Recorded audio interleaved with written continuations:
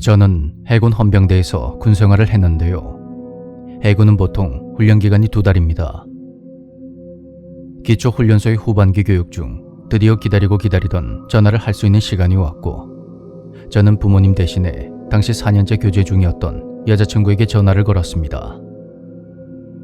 하지만 어떠한 일로 그녀와 다투게 된 저는 화를 참지 못해 전화기를 던져버렸고, 공중전화 부스의 유리가 깨지며 손이 다치고 말았습니다. 깜짝 놀란 동기들이 달려와 손을 수건으로 감싸주었고, 해군 해양의료원까지 이송된 저는 후반기부터 관심사병이라는 딱지가 붙게 되었습니다. 참, 그때는 왜 그랬는지 이병 주제에 선임들과도 싸우게 되면서 특급 관심사병이라고까지 불려지게 되었는데요. 저에 대한 말이 실무진의 귀에까지 들어가면서 저는 대한민국 지도상에 표시되지 않은 곳으로 자대 배치를 받게 되었습니다. 배를 타고 40여 분 정도 들어간 그곳은 해병대를 포함해서 여러 부대가 모여있는 곳이었는데, 1990년도 당시 해병대들은 모두 철수를 했다고 합니다. 이지스함이나 독도함, 항공모함 등이 어뢰폭탄 등 탄약을 가져가려면 무조건 저희 부대를 거쳐가야 했습니다. 그곳에는 24와 25초소 그리고 28초소로 불리는 세 군데의 초소가 있었는데, 민간인 배들은 어망 작업을 하지 못하고 항상 경비정이 왔다 갔다 했었죠.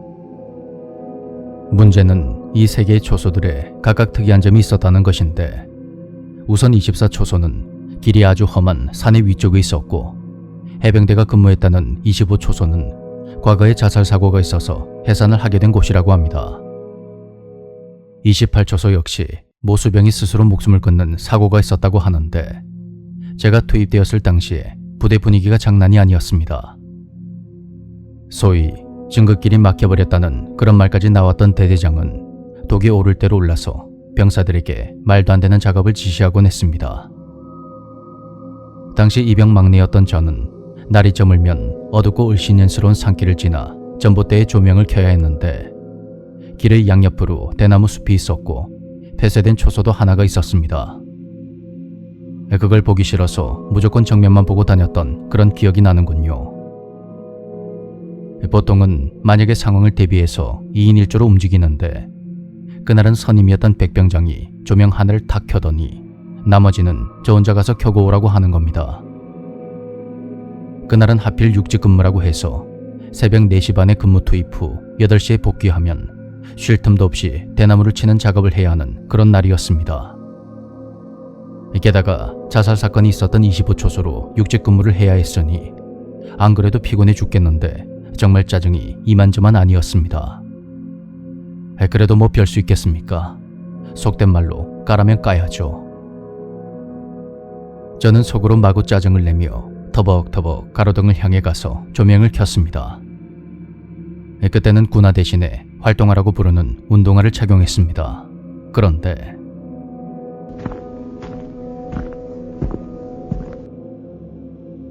이상하게도 뒤쪽에서 자꾸만 군화발 소리가 들려오는 겁니다. 괜히 등골이 오싹해서 앞만 보며 서둘러 초소로 돌아오니 백병장이 망 잘 보고 있으라며 벌러덩 누워서 잠을 자는 겁니다. 예전 속으로 제발 소대장이든 당직 상관이든 순찰을 나와서 저놈 좀 확 걸려버렸으면 좋겠다 그러며 이를 갈고 있었죠. 그렇게 얼마나 지났을까? 내가 무슨 말을 했는지 알고 있어? 지금 뭐 하고 있어? 지금 뭐 하고 있는 거냐고? 정신 안 차려? 뒤쪽에서 백병장이 어떤 말을 중얼거린 소리에 제가 잘 못 들었습니다 하고 대답을 했는데, 바로 그 순간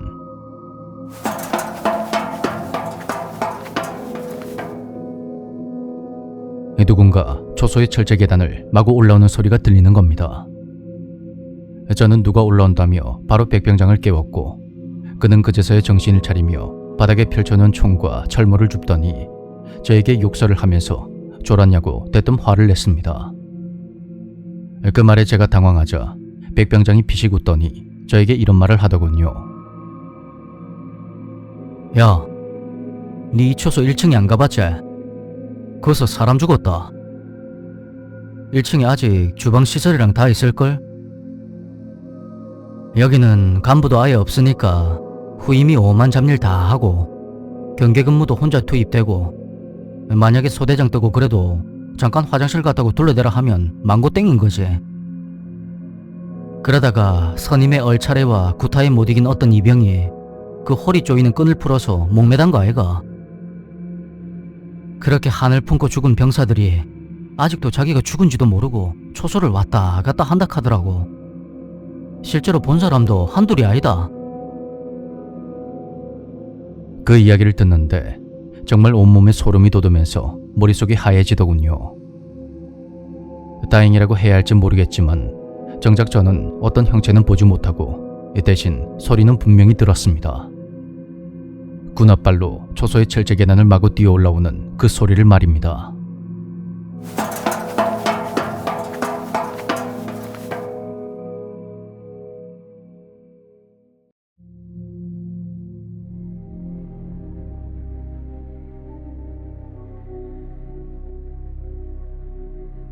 이 이야기는 제주도 한림읍 옹포리에서 실제로 있었던 일을 각색한 것입니다.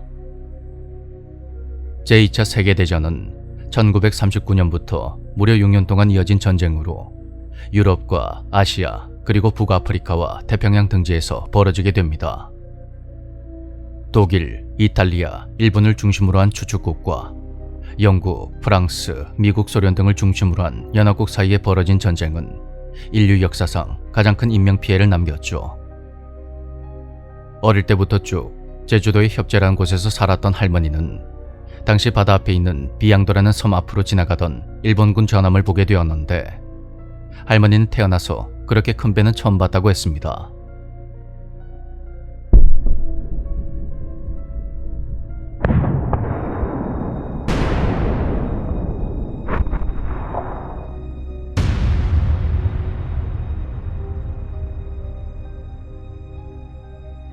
하늘에 떠있던 세 대의 비행기가 섬을 지나던 일본군의 전함을 공격했고 배는 엄청난 굉음을 내며 순식간에 폭발해버렸습니다. 그 후로 며칠 사이에 전함에 타고 있던 일본군의 시체가 협재리 앞 옹포리 쪽으로 떠내려왔다고 하는데요. 그 수가 셀 수 없이 많았고 시체가 부패하면서 발생한 악취가 인근 동네까지 퍼져나가면서 옹포리는 썩은 개라고 불리게 되었답니다. 악취가 마치 해변에서 개가 썩을 때 나는 그 냄새와 비슷해서 그렇게 불렀다고 하는데 여기까지가 할머니를 통해서 들은 이야기입니다.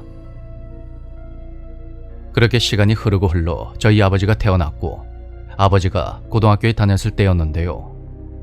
아버지 친구의 누나가 결혼을 앞두고 예비신랑과 행복한 하루하루를 보내다가 갑작스러운 오토바이 사고 때문에 두 사람 모두 사망하는 사고가 일어났다고 합니다. 비가 옥수같이 퍼붓던 날 오토바이를 타고 가다가 미끄러졌다는데 하필 도로 옆에 있는 물 웅덩이에 빠지며 익사를 했던 거였죠.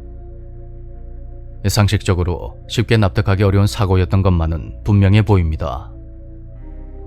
이렇게 동네에서는 이유를 알 수 없는 크고 작은 사고가 끊이지 않았다고 하는데 저 역시 고등학생 때 기이한 일을 겪은 적이 있습니다.